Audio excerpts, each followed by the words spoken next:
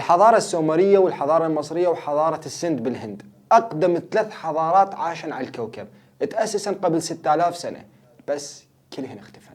قبل حوالي 3000 سنة اجى سرجون الكبير وسيطر تقريبا على كل مدن سومر وأسس الإمبراطورية الأكدية، إمبراطورية براسها 60 حظ، ومن صدق براسها 60 حظ. دولة شرعت قوانين وصارت عبالك قاعد بأوروبا الحالية، بس ورا 200 سنة من تأسيسها اختفت الإمبراطورية بالكامل، لا هي ولا عاصمتها ولا حضارتها. صار لغط تاريخي على اختفاء الإمبراطورية الأكدية. ناس تقول سكان بلاد وادي الرافدين ما كانوا راضين على الملك وصارت ثورة هناك وعلقت بيناتهم، وناس تقول لا، قبائل جوت هجمت على الملك وقوضت حكم الملك ومن هناك انتهت، وكل من قام يحكي بكيفه إلى أن تدخل العلم بالموضوع.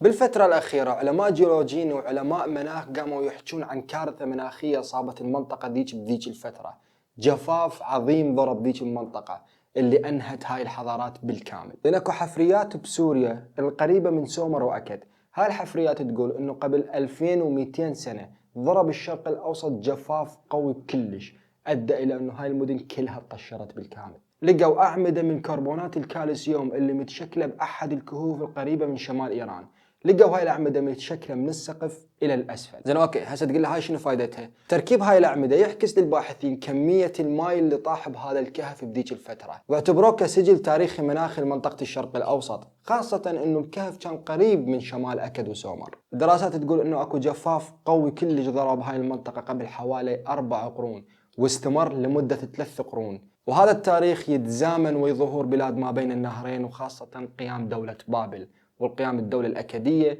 ودولة السند والحضارة المصرية.